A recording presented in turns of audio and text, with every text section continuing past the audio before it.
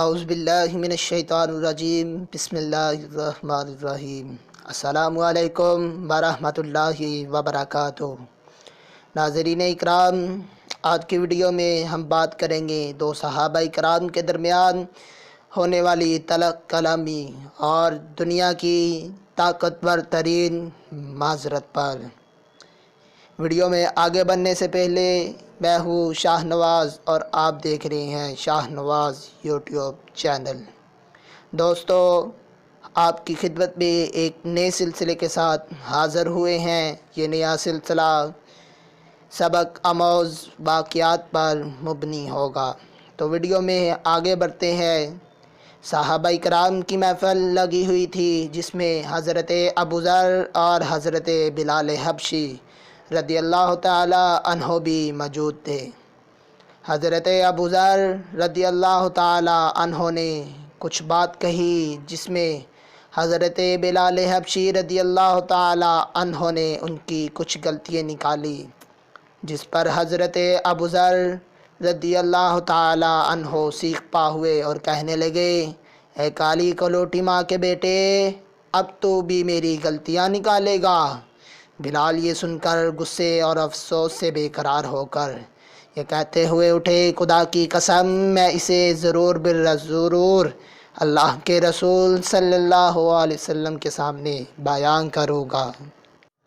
جب حضرت بلال حبشی رضی اللہ تعالی عنہ نے یہ سارا واقعہ آپ صلی اللہ علیہ وسلم کے سامنے بیان کیا تو آپ صلی اللہ علیہ وآلہ وسلم نے حضرت ابو ذر رضی اللہ تعالی عنہ سے ارشاد فرمایا، ہے ابو ذر، کیا تم نے اسے ماں کی آڑ دلائی؟ کیا تمہارے اندر کی جہالت اب تک نہ گئی؟ اتنا سننا تھا کہ ابو ذر رضی اللہ تعالی عنہ یہ کہتے ہوئے رونے لگے، یا رسول اللہ صلی اللہ علیہ وسلم، میرے لیے دعائے مغفرت کر دیجئے۔ اور پھر روتے ہوئے مسجد سے نکلے۔ باہر آ کر اپنا رخسار پر مٹی لگائی اور اپنی جبی کو زمین پر رکھ دیا اور حضرت بلال حبشی رضی اللہ تعالی عنہ سے مخاطب ہو کر کہنے لگے، اے بلال، جب تک تم میرے رخسار کو اپنے پاؤں سے نہ روند دو گے، میں اس مٹی سے نہ اٹھاؤں گا۔ یقیناً تمہیں معزز و محترم ہو اور میں ذلیل و خوار۔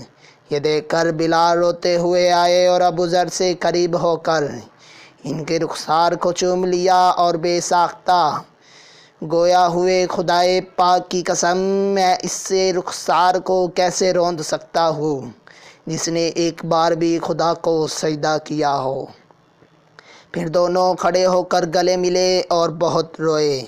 تو دوستو، یہ واقعہ تھا آج کی ویڈیو کا، جس میں احساس دلانا تھا کہ ہم آج ایک دوسرے کو کیا کچھ نہیں کہہ دیتے، مگر کوئی یہ نہیں کہتا کہ بھائی معاف کریں، بھائی معذرت ہوگی، معذرت کو قبول کر لیں۔ یہ سچ ہے کہ ہم آئے دن لوگوں کے جذبات کو چھلنی کر دیتے ہیں، مگر ایک عدد لفظ معافی کا ہماری زبان پہ نہیں آتا، جبکہ معافی مانگنا عمدہ ثقافت اور بہترین اخلاق ہے، اور جبکہ معاف کر دینا اللہ رب العزت کو بہت زیادہ پسند ہے۔ یہ بات یاد رکھے کہ ہم مسافر ہیں اور سامان سفر نہایت تھوڑا ہے۔ ہم سب دنیا و آخرت میں اللہ سے معافی اور درگزر کا سوال کرتے ہیں۔ تو دوستو، امید ہے آج کی ویڈیو آپ کو اچھی لگی ہوگی۔ اگر اچھی لگی ہو تو ویڈیو کو لائک کریں، شیئر کریں اور کمنٹ میں اپنا فیڈ بیک ضرور دیں۔ کیا اس سلسلے کو جاری رکھیں یا یہیں پر ختم کر دیں؟ تب تک کے لیے میں آپ سے اجازت چاہتا ہوں۔